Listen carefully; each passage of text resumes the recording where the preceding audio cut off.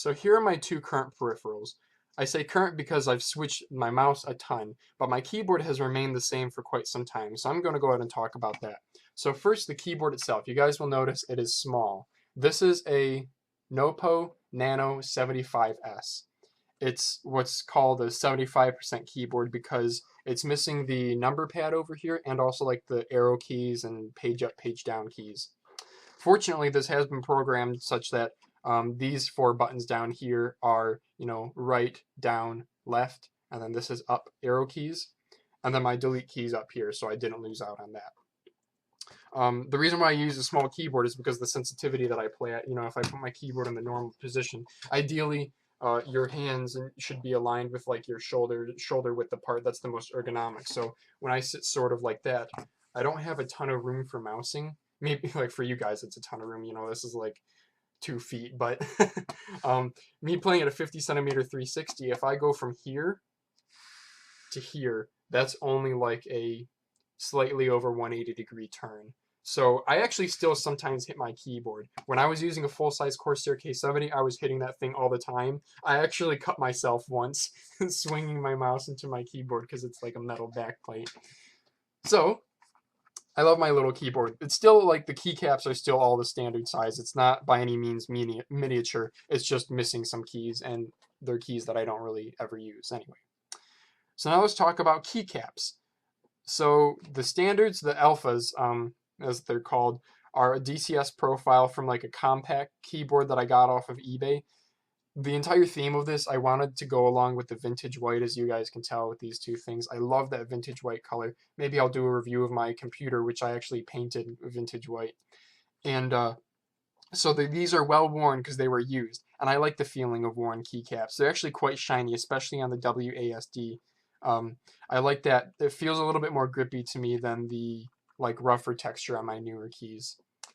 Then for my modifier keys, these are a DSA profile. So these are a spherical profile rather than a cylindrical cut top.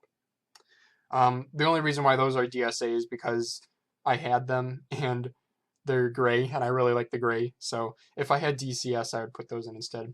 My spacebar I got from a guy on Hardware Swap. He was actually local, and he called it a milky gray spacebar, which is kind of cool. It's like a marble finish to it. It looks cooler in person than it does on camera.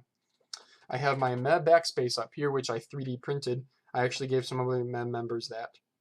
I got my keyboard keycap, which I got from a grab bag. Some RGB, since this guy isn't backlit. I have my damn it keycap up here, which, if you guys can see that, it says damn it. It's not going to focus, but whatever. This is my console command prompt key, obviously, and I actually put a heavier spring in this. It's like 120 grams, just so I avoided accidental actuations. And something that you guys can do if you suffer from, accidentally opening up the command prompt in game, you can just pop off that keycap.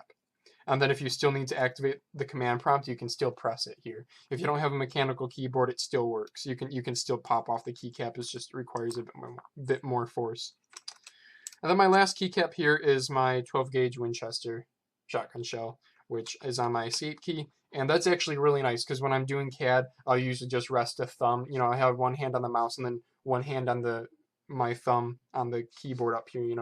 It'll look something like this, because you use the escape key a lot when you're doing CAD.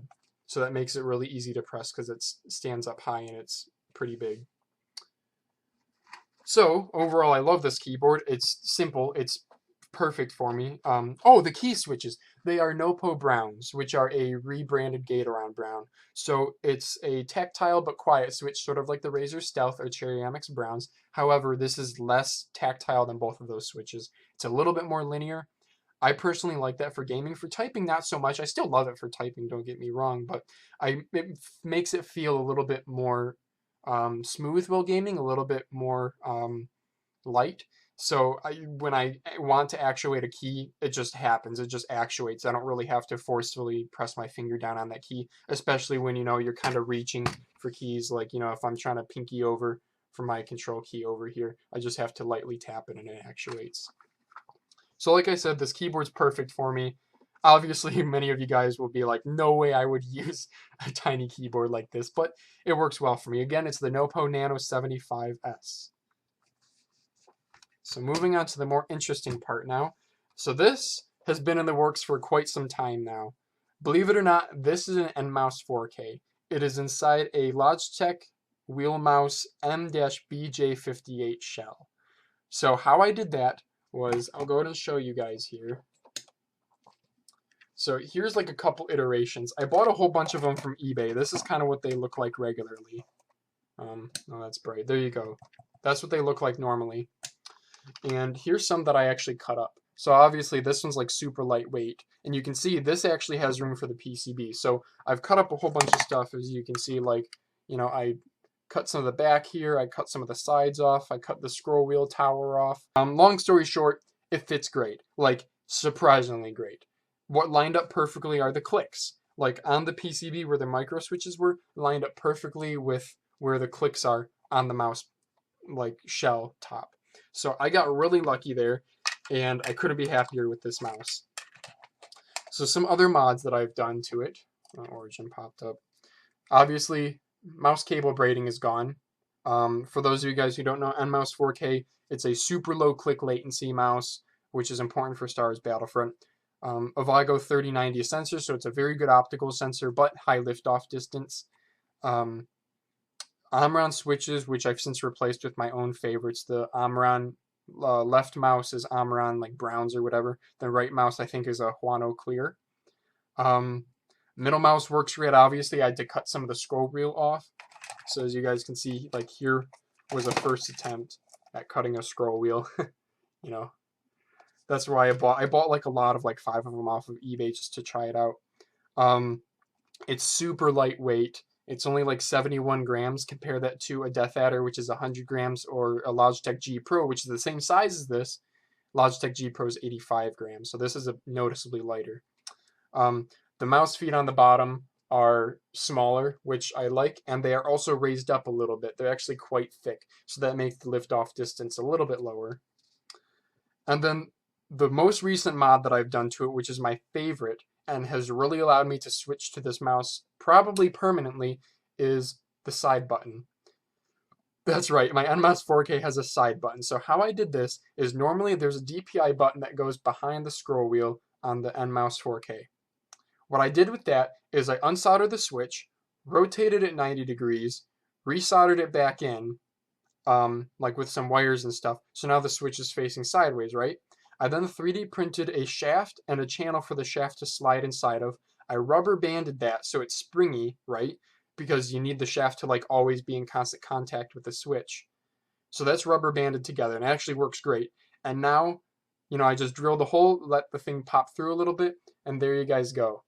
You can see my side button. It's that tiny little gray piece. I know it's tiny, it's not in the best spot, but it works, and I couldn't be happier. So now this is my combat roll button, and I've been struggling with a combat roll button for quite some time. I actually bound it to right mouse for a little bit, and I love that. Having it on a mouse button is definitely the way to go, in my opinion. So all in all, I couldn't be happier. It's even more perfect because I got the clear lower shell, which I just love. So you guys, stupid lights are on, but you guys can see the PCB sitting in there, which is so cool in my opinion. And then I also have the vintage white top with the super old teal Logitech logo, which I just love. You know, the scroll wheel works great. It's nice and sticky rubber. It just works great. I'm so happy with it. Glides really nicely. It's super lightweight. One of the problems with the NMouse 4K is the hump for me is a little bit too high. And what that was doing without me noticing is I would start to palm grip it more. I would be holding it more flat like this. And when I'm palm gripping, I'm not as accurate because I'm only kind of really using my wrist to aim. My wrist or my arm. By going with a flatter mouse that's not so high up, I noticed I would give myself some breathing room. If you see here, now I'm not fully touching the mouse. You know, this is the palm, and now this is kind of how I hold it. I have a little bit of a gap in there. And what that allows me to do is fingertip aim, which is very, very nice for very, very small movements, and even kind of movements like this. I have a lot of control versus, you know, just doing this or arm. So that's why I switched to this. My aim, I've already noticed, is getting better. I still have to get used to it, but like I said, I couldn't be happier. Both of my peripherals, I'm really happy with. They just work perfectly for me.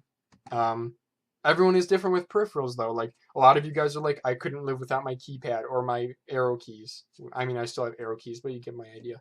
And you know, some of you guys are like, the 3090 sensor isn't enough for me, or like I need more side buttons, or this is way too small, I need a bigger mouse. But for me, these are both perfect. And I guess that's the moral of the story here is make your peripherals yours. Like, don't be afraid. They are how you interact with your computer. You know, you can have the nicest, most gorgeous gaming computer ever, but if you're handicapped by a crappy mouse and a crappy keyboard, you won't be able to perform that great in games. So get yourself something that is both comfortable for you, because that's going to, in turn, give you better performance. So with that, thank you guys very much for watching. I hope this was insightful or something, or cool or whatever. I think it's freaking cool. um, like the video if you liked it. Feel free to subscribe if you want to see like more Battlefront and nerdy mouse and keyboard stuff. And as always, guys, thank you guys very much for watching.